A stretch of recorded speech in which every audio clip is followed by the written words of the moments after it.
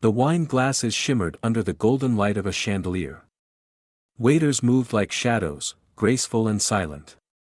Laughter, clinking cutlery, and soft jazz wrapped the restaurant in a warm, expensive hush. At the very back, near the velvet curtain that led to the kitchen, he sat. Jason Statham. Alone. Dressed in a sharp black shirt, sleeves rolled halfway up his forearms. No watch. No phone in sight. Just him, a cup of espresso, and his sharp, unreadable eyes scanning the room like a quiet predator. He didn't come here for company. He didn't need it. This was his spot. His ritual. Every Thursday. And then the door burst open. A masked man stormed in, pistol raised, voice cracking through the calm like a whip. Hands up. Everyone. Don't move. Silence slammed down like a trapdoor. Forks froze midair. A couple near the window gasped. Someone dropped a phone. The gunman headed straight for the bar. You. Empty the register. Now. Behind the bar, a young woman stood paralyzed. Her breath caught in her throat, eyes wide, hands trembling over the cash drawer. She looked like she might faint. Jason didn't move. Not yet. His fingers wrapped once around the handle of his espresso cup. Calm. Calculated. He knew this type. Nervous trigger finger. Not a pro. Dangerous in the dumbest way. The man screamed again, I said give me the F. Jason stood. The chair scraped softly, and somehow that small sound drew the gunman's attention. What the hell are you? Too late. Jason closed the distance in a blink, grabbing the man's wrist, twisting, slamming him into the bar. The gun skidded across the floor. Screams. Gasps. A waiter ducked. A phone started recording. The man groaned, stunned, disarmed, humiliated. Jason didn't even break a sweat. Then he turned to the bartender. She was still frozen. Her hands shaking. Tears welling in her eyes. Jason's expression softened slightly. You okay? She blinked. Her lips parted. She stared at him like she'd seen a ghost. Then, almost in a whisper. Jason. He froze. I think you're married to my daughter. Jason blinked once. His jaw clenched. Then quietly, almost to himself. Shit. Jason didn't answer right away. His eyes narrowed slightly, scanning her face, the trembling lips, the flicker of recognition, the fear that hadn't quite left her eyes. She was familiar. Not by name. Not by memory. By resemblance. Wait, he said, voice low. Your daughter. She gave a shaky nod. Sophie. Sophie Carter. You married her last year. In Italy. Jason's stomach twisted. Of course. Now that she said it, he saw it, the same eyes, the same soft jawline. But Sophie had never mentioned her mother worked in a place like this. Sophie barely talked about her at all. He took a step back, looking at the woman, he'd just saved. Her apron was stained with red wine, her hand still hovering over the cash register like she couldn't move. The silence around them was deafening. Behind them, the robber groaned on the floor. Jason glanced down. Still out cold. Sirens wailed in the distance. Someone must have called the police. You all right? He asked again, but gentler this time. She nodded slowly. I will be. Their eyes locked. For a strange second, there was something almost unspoken. Respect? Guilt? Confusion? Then her voice dropped. You shouldn't be here. Jason raised an eyebrow. Why? Before she could answer, the restaurant door flew open again. This time, not the police. Two men in dark suits stepped inside, eyes scanning fast, hands inside their jackets. Jason instantly stepped in front of the woman. "Stay down," he muttered. One of the men spotted the unconscious robber on the floor. He smirked, then turned to Jason. "We're not here for you," he said. "But now that you're involved, this just got a hell of a lot more interesting." Jason clenched his fists. The woman behind him whispered, "You need to go. Now." Jason didn't move. Instead, he took one slow step forward. "And who the hell are you?" he asked. The man smiled. "Let's just say, we were hoping he'd finish the job." He nodded toward the robber. Jason's eyes narrowed. The woman behind him gasped. And just like that, the real story began. Jason didn't flinch. His posture stayed relaxed, but his eyes sharpened, scanning both men, clocking details, the tailored suits, military posture, faint earpieces. Professionals. Not cops. Not robbers. Something worse. The woman behind him, Sophie's mother, whispered again, this time lower. "Jason, please. Just leave." He didn't. Instead, he asked calmly, "You were hoping he'd finish what job?" The taller man took a step forward. His face was clean-shaven, smile razor-thin. She was the target. Not the register. Jason's jaw clenched. "You sent him to kill her?" The shorter one shrugged. "We gave him a task. He failed." Jason moved fast. 2 steps and his hand was around the tall one's collar, yanking him forward. "Talk. Now. Who are you working for?"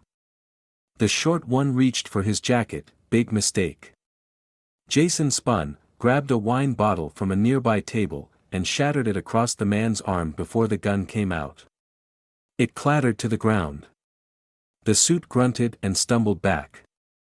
The tall one tried to punch. Jason ducked, twisted his arm, and drove his elbow into his ribs. A second gun dropped. In seconds, both men were on the floor, groaning.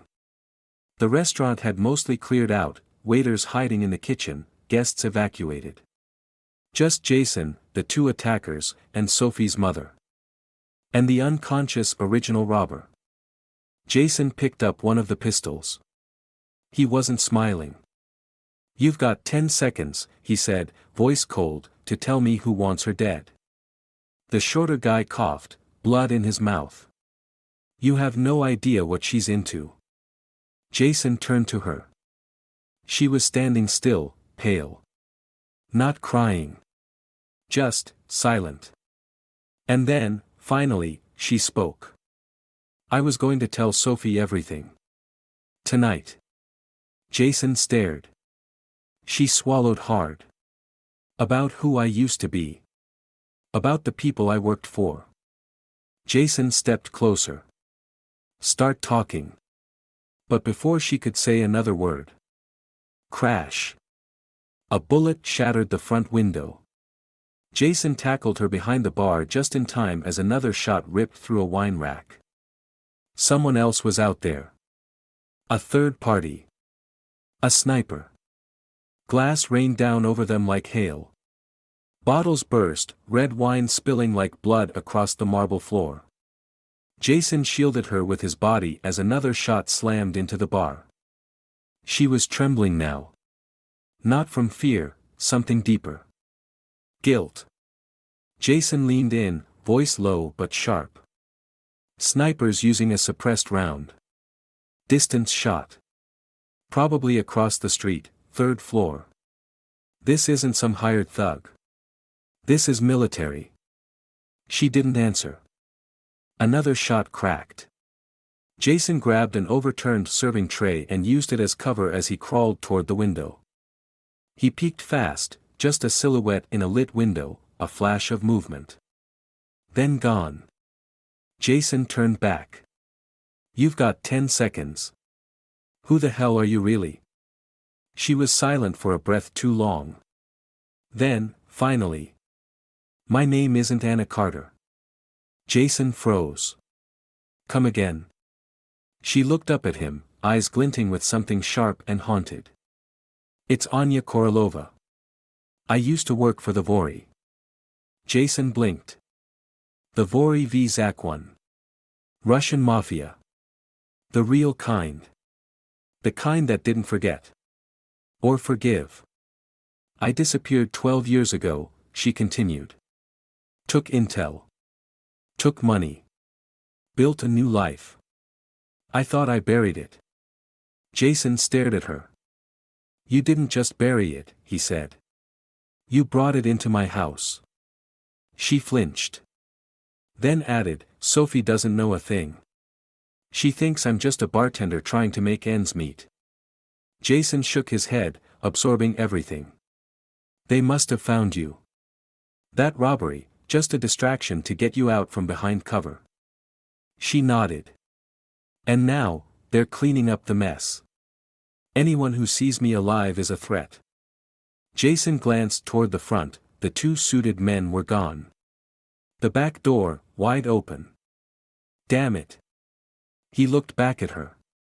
We've got maybe 90 seconds before whoever's out there moves in. We need a safe spot. There's a service exit behind the wine cellar, she said, pulling keys from her apron. He nodded. They sprinted, ducking under tables, wine crunching underfoot. As they passed the unconscious robber, Jason grabbed the man's phone. Insurance, he muttered. They slipped into the wine cellar, cold, dim, and narrow. Jason closed the heavy door behind them. She turned to him. Jason. I never wanted Sophie to get dragged into this. He stared at her a long moment. Then said, quiet but firm. She already is. They emerged from the back of the wine cellar into a narrow alley lit by a single flickering bulb. Jason checked the corners. No movement. No gunfire. Just the sound of sirens in the distance and the city breathing around them. Anna, no, Anya, was winded, eyes darting. Jason handed her the phone he'd taken from the robber. Call your daughter. Tell her to meet you somewhere public. Somewhere crowded. Don't tell her why. Anya hesitated. What are you going to do? He looked at her. I'm going to find out who sent those men. She nodded and pulled out her own phone, dialing fast. Jason moved to the edge of the alley and flagged down a passing cab with practiced precision. Before Anya got in, she turned back to him. She's not like me, Jason. She's good. I know. The cab pulled away, taillights fading. Jason stood alone, hands in his pockets, the weight of what just happened slowly crashing in. He had questions. And only one person who might give him answers. An hour later.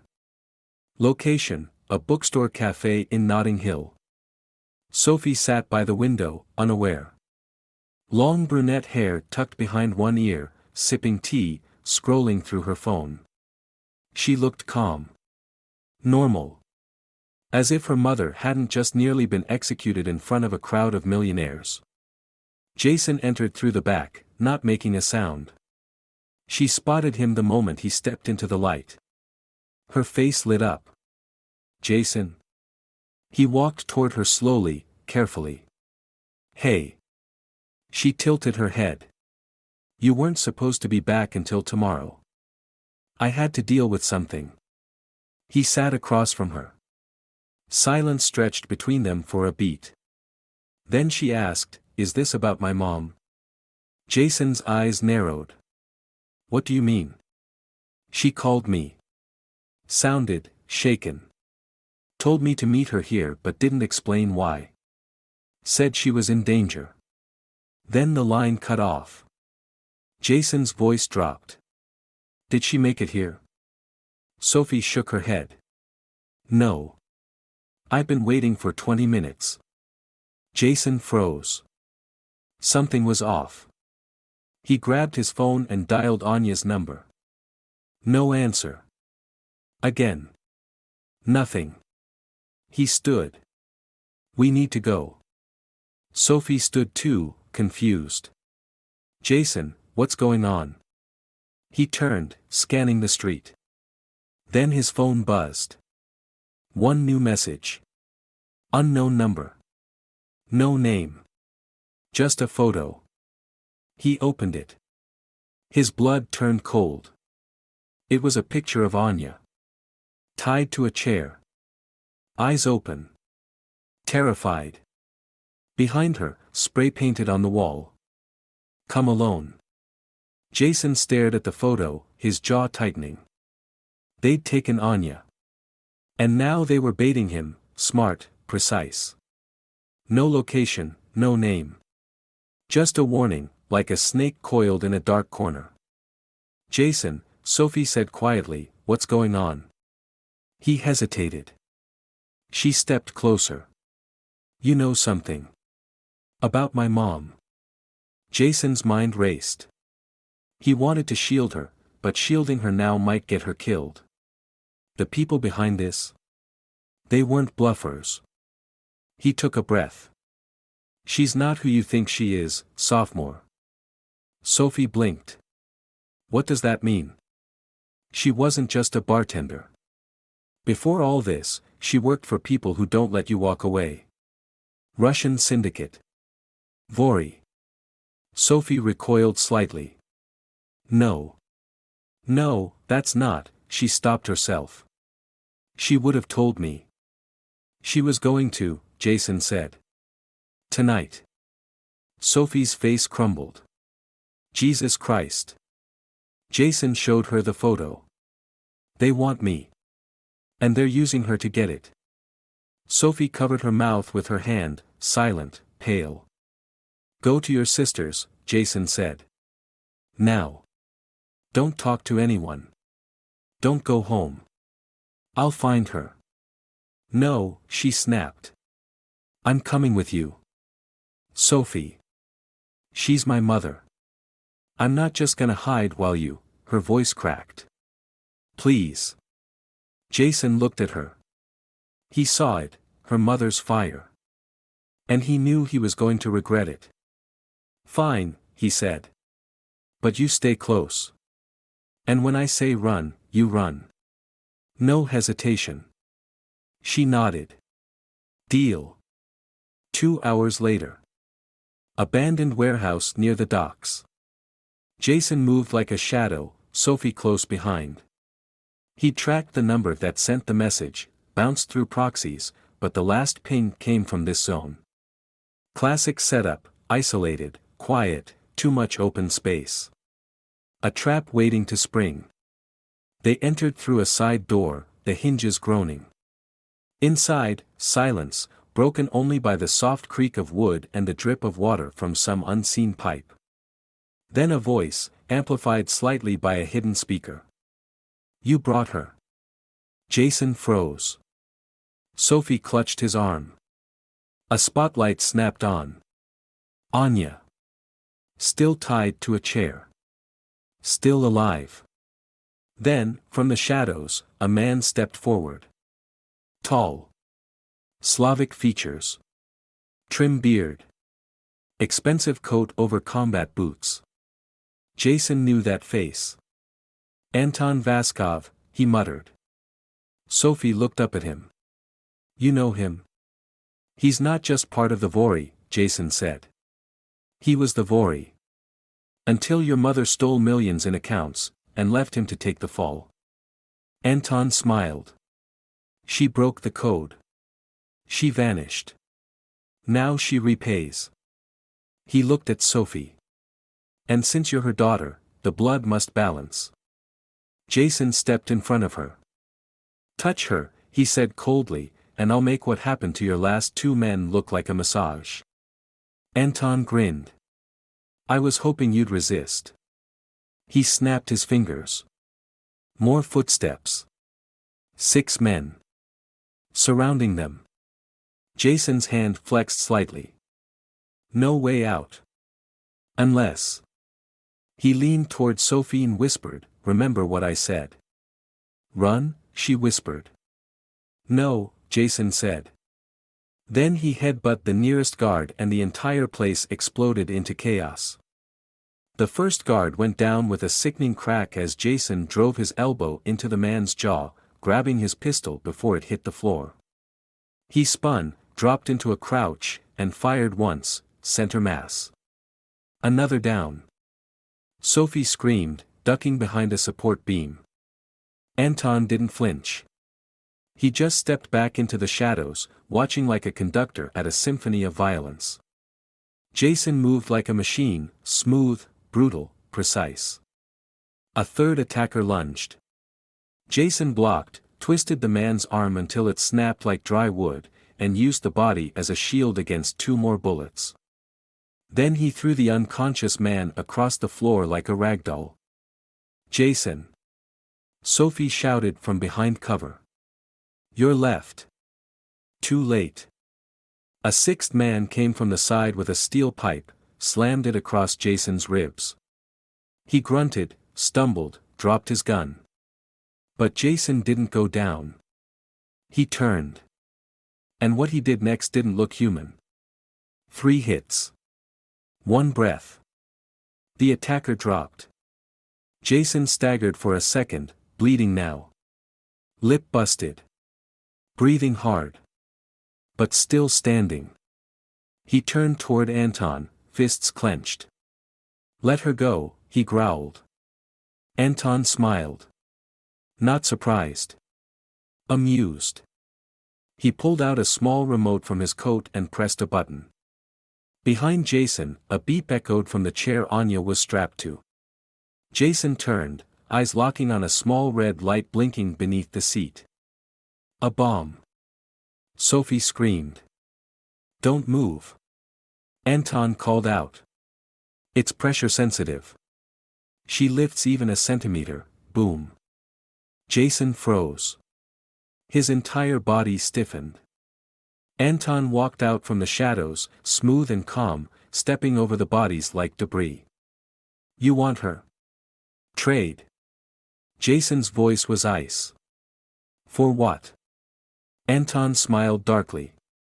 You. Jason laughed once. That's your big play? I give myself up, and you let her go. Anton nodded. You, for her. You die, and she disappears. For good this time. Jason looked at Anya. Then at Sophie, her face pale, her eyes pleading. Then he looked at Anton. And for the first time all night, Jason lowered his hands. Fine, he said. Sophie gasped. Jason, no. Jason stepped forward slowly. Anton nodded, smug.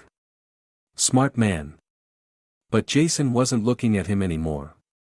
His eyes locked on the blinking red light beneath the chair. And then he muttered just loud enough for Sophie to hear. Tell her to lean left, on 3. Jason took another slow step forward. His hands were raised, bloodied. Every muscle in his body screamed to strike, but his eyes were locked on the bomb beneath Anya's chair. Pressure sensitive. Anton had built in just enough time for drama. Behind Jason, Sophie moved closer to her mother, keeping low, her breath shaky. Jason spoke without turning his head. Low. Sharp. Calm. Left side of the chair. On my count. Lean, not lift. Anya's eyes widened. But she nodded. Anton watched with satisfaction, like a man finally collecting a long overdue debt. I always knew it'd end like this, he said. Jason smiled faintly. So did I. Then. 3. Anya braced. 2. Sophie reached toward her mom, barely touching the edge of the chair. 1. Jason moved first. He ducked, kicked the loose gun off the floor, straight into the air. As it spun, Sophie screamed, Anya leaned, and Jason caught the gun mid-air and fired one shot. Bang! The bullet struck Anton clean in the shoulder, spinning him backward. Jason lunged toward the chair, dropped to his knees, and jammed a fork from a fallen tray, under the trigger mechanism. Click. No explosion. Got it, he muttered, panting. Anton groaned, clutching his shoulder, reaching for another weapon, but Jason was already on him. No fancy moves this time. Just fists. Fast, hard, merciless. Jason pinned him down, blood pooling beneath.